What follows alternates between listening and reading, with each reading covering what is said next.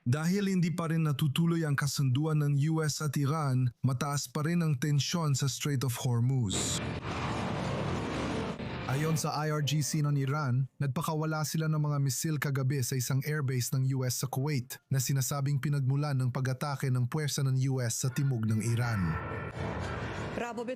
Matapos ang agresibong pag-atake ng militar ng US kaninang madaling araw malapit sa Bandar Abbas International Airport gamit ang mga projectile mula sa himpapawid, tinarget naman ang base ng Amerika na pinagmulan ng pag-atake bandang 4:50 AM. Ang tugon ng Islamic Revolutionary Guard Corps ay isang seryosong babala upang ipakita sa kalaban na ang kanilang agresyon ay hindi palalampasin ng walang sagot. At kung ito ay mauulit, ang magiging tugon ay mas matindi at ang pananagutan sa mga magiging bunga nito ay nasa agresor. Sinabi ng isang opisyal ng Amerika na nag-airstrike ang militar ng US sa pasilidad militar ng Iran na nagbanta sa puwersa ng US at sa paglalayag sa Strait of Hormuz. Hindi lang militar ang banta ng Iran sa kipot, nakikipag-usap din ito sa Oman tungkol sa magkatuwang na pamamahala ng estratehikong daanan ng tubig.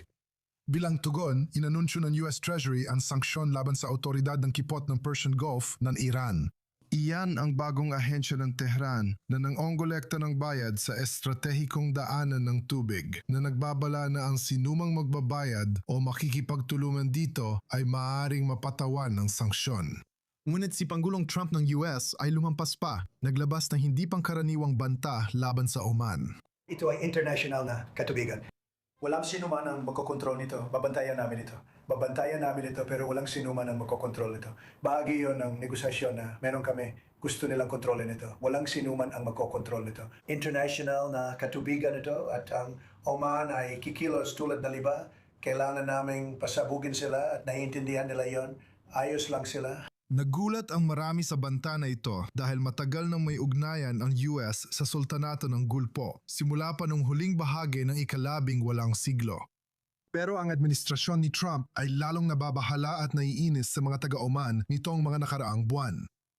Kahit na magitan sila sa Tehran at Washington bago ang digmaan, habang tumatagal ang labanan, lantaran ng binatikos ng Muscat ang US at inakusahan ng Washington na nawalan ng kontrol sa sariling patakarang panlabas.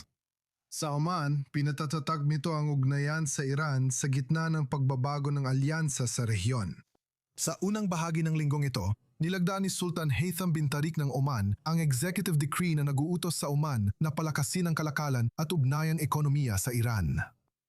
Iniutos din niyang palitan ang ilang pinuno ng mga sangguniang ng bangko nito para mapabilis ang transaksyon ng mga negosyanteng Iranian. Iniulat na layunin ng Muscat na kunin ang illegal na kalakalan sa Iran na matagal nang ginagawa sa pamamagitan ng UAE at maging sentro ng money laundering para sa Tehran.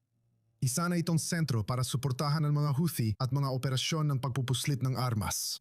Kaya naman, inihahanda na ang Oman upang maging sentro ng mga network ng pag-iwas sa sanksyon ng Iran sa panahon pagkatapos ng digmaan. Kung hindi ito hahadlangan ng US at ng mga kaalyado nito sa rehiyon, malamang na magbibigay ang umuusbong na alyansang ito ng kinakailangang tulong pang-ekonomiya sa Islamic Republic.